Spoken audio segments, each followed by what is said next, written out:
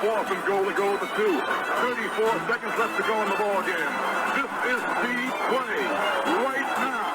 Takes the snap. Targeted goes in. Targeted all alone. And the quarterback keeps. Wow, what a call. Nobody touched him.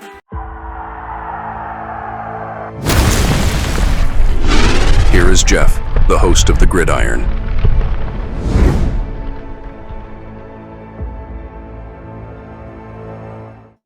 All right. Welcome to the Gridiron, baby. If you can give this video a thumbs up or maybe share this video, that would be absolutely freaking phenomenal. If you subscribe to my channel, thank you. If not, please go down below, hit the subscribe button, hit that bell icon. That way next time I go live or if I put a video out, you'll be notified. And it's free of charge. What do you got to lose? It's totally free of charge. But if you are subscribed to my channel, thank you. If you want to help support my channel out, description box below, very top link, takes you to my membership page. I got 3 different membership levels. Each one has their own little perks to them. So once again, if you want to help support my channel, it would mean so much to me. And I thank you in advance. Thank you. And then finally, just underneath that, there's another link, takes you to my Facebook group. It's called the New York Giants, The Gridiron. It's my Facebook group. We have over 9,800 members in the group. It is doing simply marvelous, might I add. Basically, if I'm alive and breathing and if I got internet access, I am putting stuff in this group down there, 365. It's called the New York Giants, The Gridiron. It's my Facebook group. Please join it. You will not be dissatisfied. I promise. Well, I'll tell you what, the training camp and all, this time next week, right, be the first preseason game. And it's going to be, a lot of it's got to, what we'll be talking about, a lot's going to be on the line during those games, right? Because we know certain guys, like we know Malik Neighbors and Thomas, and when he gets healthy, and Dexter Long, a lot of guys. But as always, with all training camps on every team, right? Those games are so important. The one thing that I always kind of like, how do we say, when I first started watching football, I mean, to be truthful, I just grew up this way. It was 6 preseason games, and to be truthful, 6 is a bit much. It really is. Then it went down to 4. I like 4. 4 was a good number. 4. The thing is, the problem is that it seems like 20 is like the magic number, right? Because there was, when I first started watching in 1970, there was 14 regular season games and 6 preseason. I'm not a math wizard, but 14 and 6, 20. 1978, they went up to a 16-game schedule. Right? 16 games. They went down to 4 preseason games. 16 plus 4, once again, 20. Now they're at the 17-game schedule, right? 17 regular season games, 3 preseason games, 17 and 3, 20. Now, of course, what? Oh, yep, it's all about the Benjamins. So when we do go to an 18-game schedule, which I really have no idea why, unfortunately, it looks like we're going to go down to 2 preseason games. And, the thing is, for the guys on the back end of the roster, fighting for a roster spot, and it's not the end of the world if a guy gets cut. Doesn't mean, I'm sorry, you're not on the team. You'll never, ever be able to play football ever again. No, of course not. He just didn't make it this time. Maybe he goes on another team and does really well, or whatever.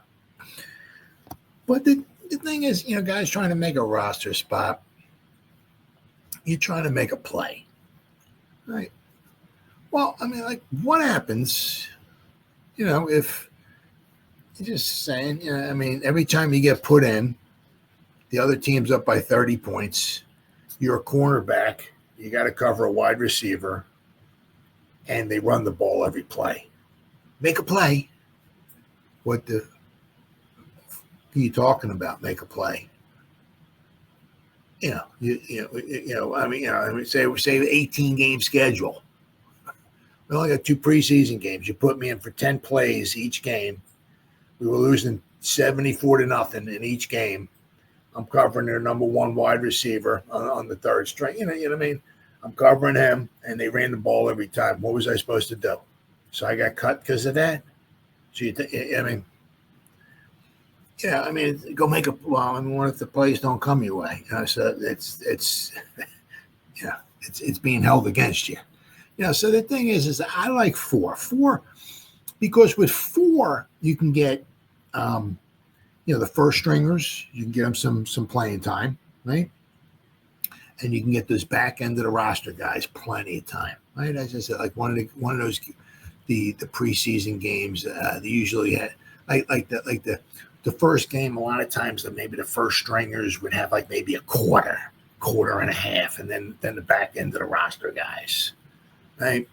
And then it would work up like the third game. I think the guys would pretty much, the first stringers would play maybe like 3/4 or something like that. Get them a decent amount of reps.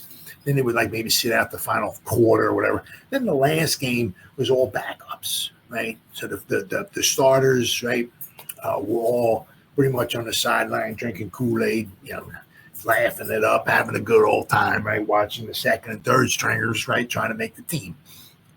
But I mean, they never go down to 2 games. I mean, it's like. And if you want to try to get the regulars a little bit of, some kind of work, I mean, now you have 8 quarters. And if you say you get the starters in for maybe 2 quarters of that, that means the rest of everybody else got 6 quarters to try to prove their point to make the team. I mean, now, obviously the games are not end all be all. There is also the, training camp, what you do in training camp too. But I mean, a lot of it, is, what do you do during the game? And the thing is, the less exhibition games they got, these exhibition games are vitally important, especially for, once again, the back end of the roster guys. But anyway, next Saturday, we're going to have some football.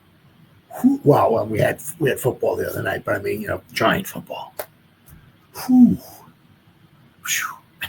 I love it, baby. But all right, I saw this here. So we got the biggest winners and losers from week 1 of camp. Now, obviously, we're like, I believe we're at day 9, I think, of training camp. I mean, it's just rolling right along. I mean, it's amazing. So the pads came on, and nothing super horrible as far as injuries. Unfortunately, we're going to be talking about the one big one, right, in this article here. But so far, nothing super horrible, right? And for the most part, everything, just stuff I've been hearing, right? There isn't really anybody majorly overly disappointing so far in camp, right? So let's see. This is G-Men HQ. So we got the biggest winners and losers from an electric first week of Giants training camp. And to think we're only just getting started. Oh, yeah. Absolutely. Oh, man. Gotta love this time of season. This is what I also love about this time of season, because it hasn't started yet. I mean, the games haven't started yet. Right? Because it's like once those games start, man, it's amazing how fast the weeks just fly by. I mean, it's always great having those games. I love it. It's fantastic. It's just amazing how, obviously the older you get, just to me anyway, the faster time flies by, right? So once those first few games start, it's amazing. It's like before you know, you turn around, it's like half the season's gone. It's like, what the happened to the season? Half the season's gone already. It's amazing. I always like this time of season a lot because, and the games haven't started yet. We got everything's in front of us for the most part, right? So, pads are finally on. The fans are finally witnessing an off-season's worth of work, and the 2025 New York Giants are finally giving us something to talk about. We're 1 week into training camp and things are starting to take shape in East Rutherford. The vibe around his team feels completely different from last year. Russell Wilson has stepped in and taken command of the offense and the locker room. The rookies are active and involved right away. The front office's bold moves over the last 2 drafts are showing signs of hitting, and that alone makes this camp worth following. But it's not all sunshine and Abdul Carter highlights. There's been some roster clarity, a few early injury scares, and a couple of training camp battles that are already heating up. Here's a look at the biggest winners and losers from the first full week of Giants training camp. There's 3 winners and 1 loser, and the 1 loser is really,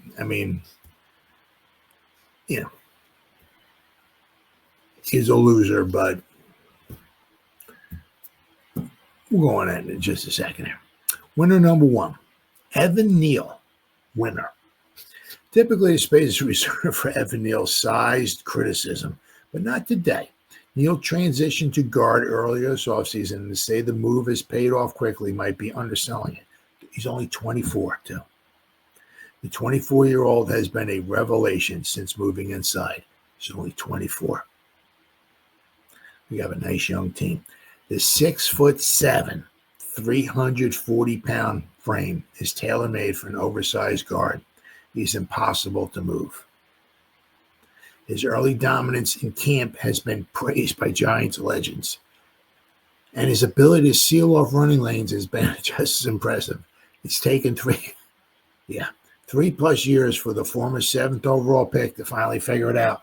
But don't look now. If he keeps this trajectory going, he's coming away with a starting spot and a sky-high ceiling. And let's not forget, right? This is a huge that, if things don't work out with the Giants, with Evan Neal, for whatever reason, if we were to let him go, if he were to latch on to the right, if he went to the Eagles, he'll become a very good offensive lineman. If he goes certain places where they have good offensive line coaches, it's going to do nothing but help Evan Neal big time. But this is a huge year for Evan Neal. He wants to obviously show what he can do. It's maybe not a tackle, but a guard. Guards make a decent amount of money. Now, what he's going to want to do is he's going to, pretty much make Shane and Dable, or Shane, maybe you should have picked up my 5th-year option. Might have been a little cheaper, but we'll have to wait and see. But he's fighting, obviously not for a roster spot. I think you can pretty much pencil him in for as long as he stays healthy for a roster spot. But he's fighting for that starting position. But not only that, he's fighting for the almighty dollar, especially for next season. Now, if it's not with the Giants, it would be with somebody else. But if he can show that he can play guard. Now, I said the first year in college, he played guard. I think, if I remember, I could be wrong. Let's take a look here. I thought NCAA 2022. Well, we'll just go 2021 there, right? I thought he played left guard. I certainly could be wrong. Evan Neal. Let me see what. All right, okay. His last season, he played left tackle, 2021. 2020, he played right tackle. 2019, his first season there, he played left guard. He did play left guard. He played 700. Let me share my screen here. Share screen. Evan Neal. There we go. All right. So now this is his first year without Alabama. Okay. Oh, there he is. 2019, 6'7". They got him at 350. He could be 350, who knows? But 6'7". That's a little tall for a guard, but Jiminy frickin' crickets. The guy's a frickin' sequoia tree. I mean, the dude is just. Whew. They say if he can latch on, if he can get a hold of the frickin' guy in front of him, the guy in front of him ain't going nowhere. Right. But anyway, meanwhile, back at the ranch. Okay, so you notice here the whole season left guard. This is his first season at Alabama. Right, left guard. Right. So the footwork's a little bit different, right? But it's a guard position. Now you'll notice here, right, once again, his first season, graded out of 71.2. No, not bad. Now he did get better when he went out to tackle. Now you'll notice here, see his second season when he was, what did I say, the right tackle, 2020?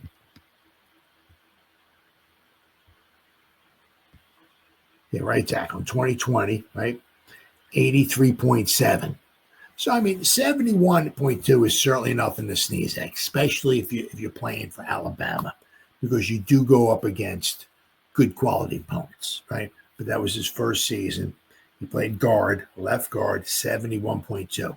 Went to right tackle, 83.7. In his last season, 85.8. Now that kind of just, right? His last season with Alabama, over 1,000 snaps. His pass blocking was better than his run blocking as the tackle, right? That's not the case here in the New York Giant land, right? His, obviously his run blocking. Interestingly, though, his run blocking last season, I believe, was an 80 for the Giants. His pass block was like a 49, but that was at tackle, right? So, I mean, it was his first season, rated out of 71 at left guard. So, not too shabby. Not too shabby at all. So, we'll, have to wait and see how things pan out. But so far, he's, from all indication, everything he's done a fantastic job so far. Let's see. Winner number 2. They got 3 winners and 1 loser. The winner number 2 has been the rookies. Joe Shane has seemingly done it again. Now, let's not forget this back, and to be fair, his first season when he came in was pretty much SHI, show, right? I mean, it was somehow we went to the playoffs. But he had no cap space. He came in. He said, "Hey, I'm Joe Shane. How you doing? You're in the scout department. How you doing? All right, good. I mean, he's meeting all these. All these guys are. You don't know what they were told as far as how they want to scout and all this stuff and everything. I mean, what they're doing now is during the season. Shane or whatever, Brandon Brown, whatever. Hey, go to Tulsa. Check this guy out. Go here. Look at that guy. I mean, they're checking guys out all season long. I mean, he came in after the season was over. He came in, I guess it was probably in January. 3 months later, he's got to have a draft board, So, I mean, he couldn't do much as far anything as far as like signing big time free agents. And, he did okay with the draft. It wasn't super spectacular. His second draft, but, we got to give him some credit. His last 2 seasons seem like he did a really good job. I mean, last year's draft really seemed really, really good. And, this year we got we got the sheriff, Mr. Carter, Mr. Carter. The guy looks phenomenal. And then we got, hopefully, maybe, possibly, our quarterback of the future. 2 first-round picks we got. And we still held on to, pick number 65, I think it was, or something like that. So we had to give up it was the first, the first pick? 65, it was the first pick. We still kept the first pick in the 3rd round.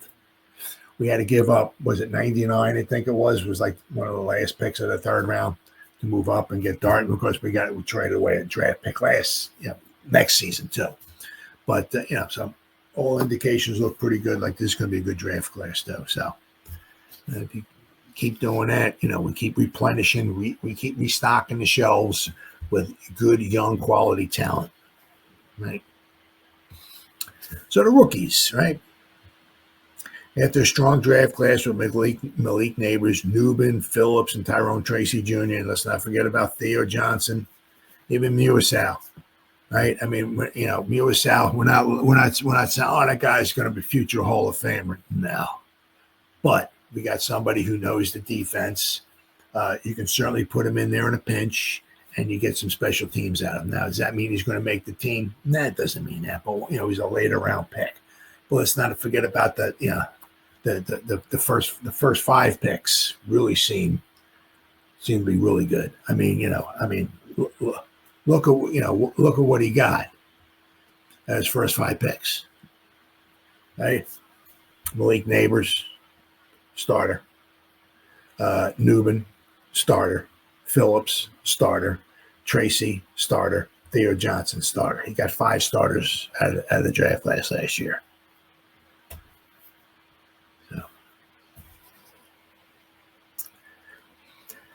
The GM may have added even more talent in 2025. Carter has been making his presence felt everywhere. It's just the videos you see of the guy is just amazing. He's constantly in the backfield and lining up just about everywhere.